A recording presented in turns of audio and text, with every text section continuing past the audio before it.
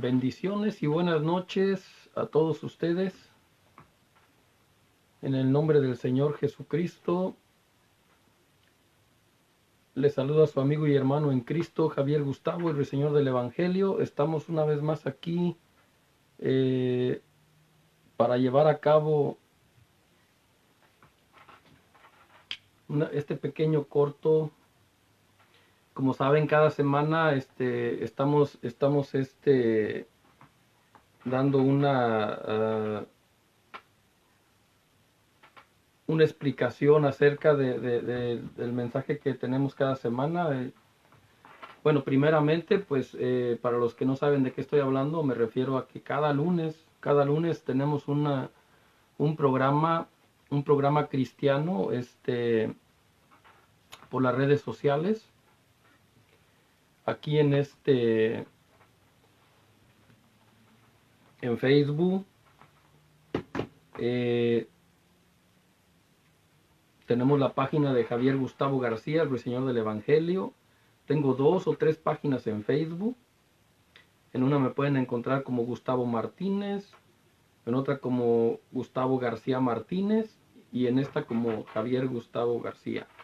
Tenemos también una página en Instagram, pero he estado teniendo problemas, no sé qué es lo que pasa, no puede, tal vez está congelando el teléfono, no sé qué es lo que pasa, pero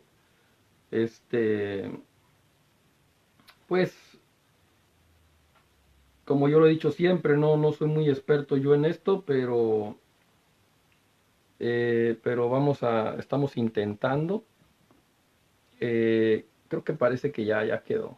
Bueno, pues saludos y buenas noches y bendiciones en el nombre del Señor Jesucristo. Quiero hacer así algo rapidito nada más para no quitarles mucho tiempo en esta noche. De lo que vamos a hablar el próximo lunes, el tema que corresponde, mis hermanos, de esta semana que viene, es un tema que he titulado Los poderes de la iglesia.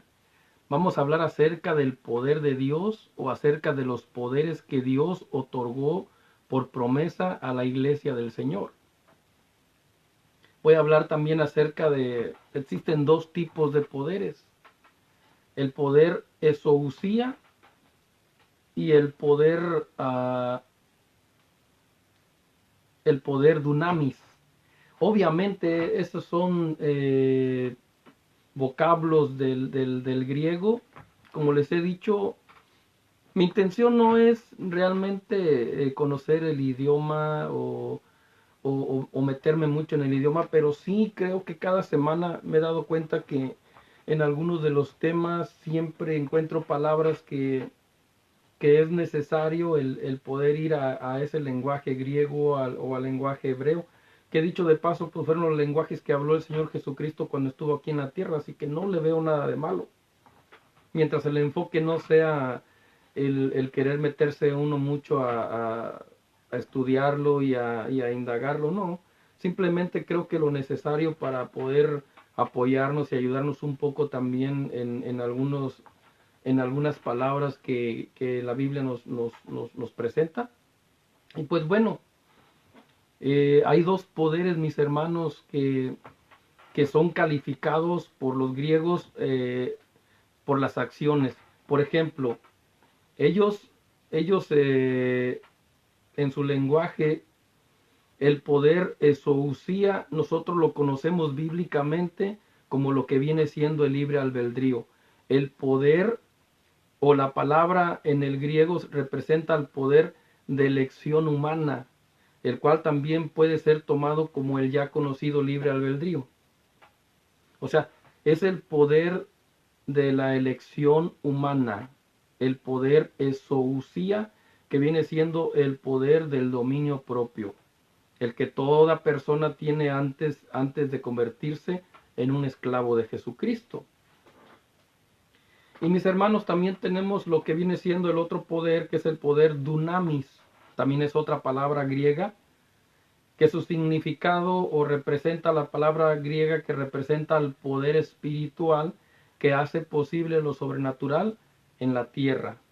Este poder es capaz de efectuar cualquier tipo de prodigio o de milagro.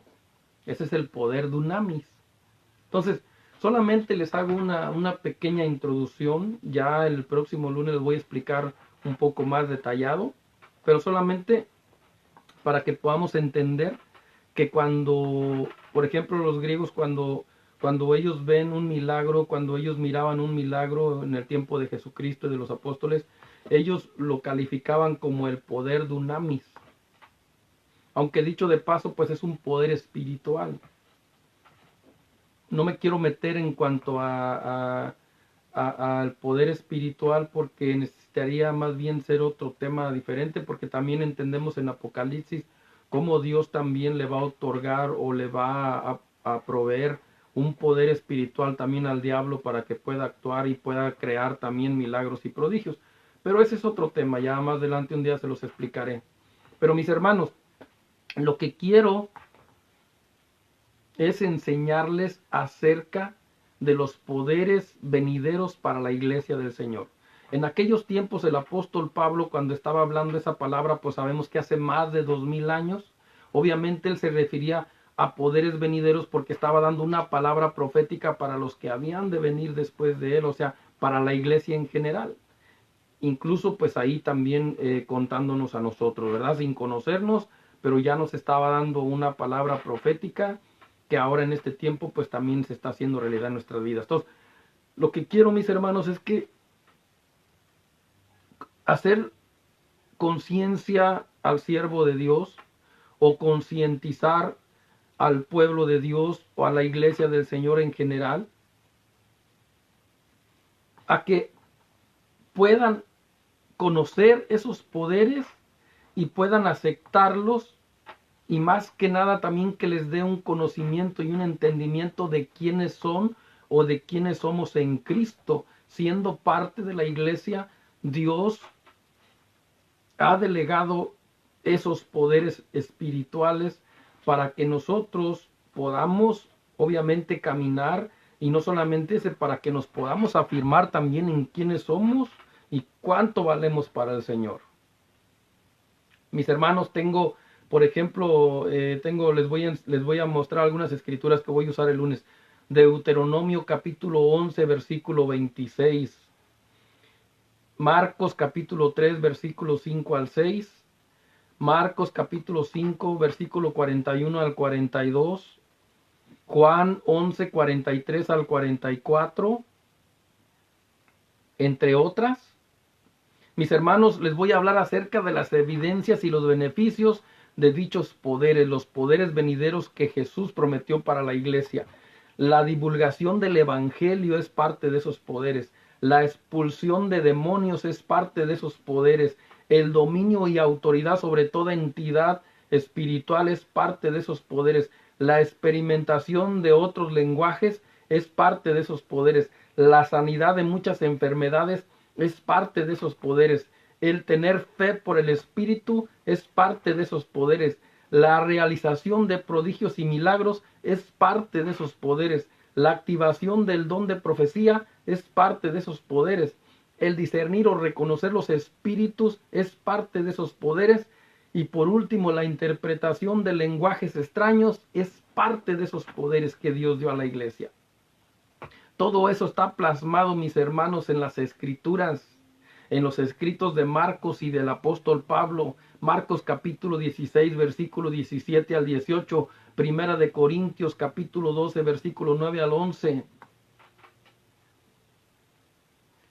Siervos del Dios Altísimo, no nos confundamos, ni nos enredemos con esto. Nadie debe seguir engañándose a sí mismo. Si estas señales o evidencias que les acabo de hablar no se manifiestan en tu vida personal ni en la ministerial, está más que claro que algo no anda bien contigo o con tu iglesia. Porque todo eso, mis hermanos, mis amigos, es parte de los regalos o es parte del equipamiento que Dios prometió para su iglesia, y por una razón muy sencilla. Por la razón, y aquí se los voy a mostrar.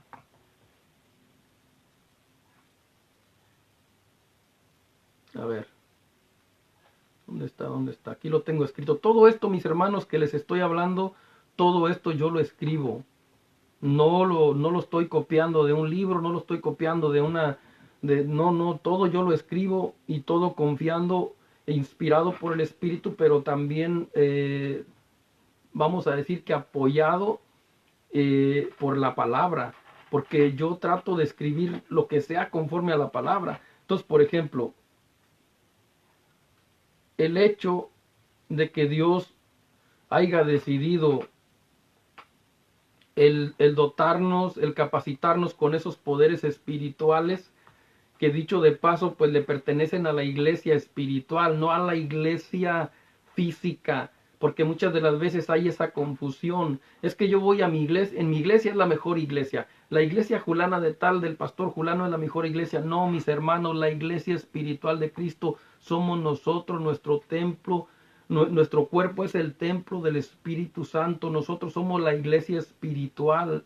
Está bien, los templos, qué bien, qué bueno que están bien organizados y que hay buenas construcciones y toda la cosa, pero si esos templos están vacíos, si no está la iglesia espiritual, si tú y yo no nos encontramos en estos templos, esos templos no tienen vida, son solamente una construcción más.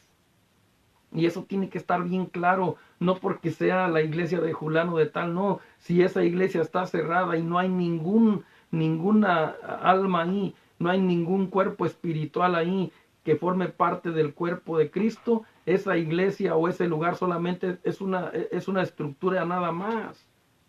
Entonces, por eso, por ejemplo, yo escribí aquí algo, mis hermanos. Hoy día los cristianos le agradecemos grandemente al Señor Jesús por haber pensado en nuestras debilidades y en nuestras carencias, pues entendemos que como humanos Él nos conoce muy bien. Hermanos, Jesús sabe que sin esos poderes los creyentes no podemos ir a ningún lado o a ninguna parte. O sea, mejor dicho, Él está consciente de que sin ellos nadie obtendría su permanente salvación. Sin esos poderes venideros que el apóstol Pablo estaba profetizando en sus tiempos, que después se habían de manifestar en la iglesia del Señor. Sin esos poderes, mis hermanos, nosotros, los que estamos ahora en este evangelio glorioso, no podríamos tener una salvación permanente, porque esos poderes precisamente son los que nos dan la libertad, son los que nos dan la victoria, y esos poderes también son los que deben de afirmarnos fuertemente en nuestra salvación. Ahora, es verdad, esos poderes no van a habitar en alguien que no sea templo y morada del Espíritu Santo. Pero si ya tú eres morada, si tú eres templo y morada del Espíritu Santo, esos poderes están en tu vida y tú tienes poder sobre toda entidad espiritual, sobre toda potestad. Tú tienes poder si eres la iglesia espiritual del Señor. Les voy a explicar un poco el lunes acerca de testimonios personales míos, de cómo yo he experimentado cuando he tenido que enfrentar entidades, cómo yo digo, Señor, yo soy tu siervo, tengo la autoridad, tengo ese poder que tú prometes, esos poderes espirituales que tú diste a la iglesia están en mí porque yo soy parte de tu iglesia y por ende, Señor, toda entidad y toda potestad que está perturbando, o que está estorbando o que está tratando de impedir que yo haga tu voluntad, en este momento se sujetan bajo el poder de tu Espíritu Santo que habita en mí, bajo la unción de tu Espíritu Santo que habita en mí. Esos poderes se someten en el nombre de Jesús y lo he experimentado personalmente.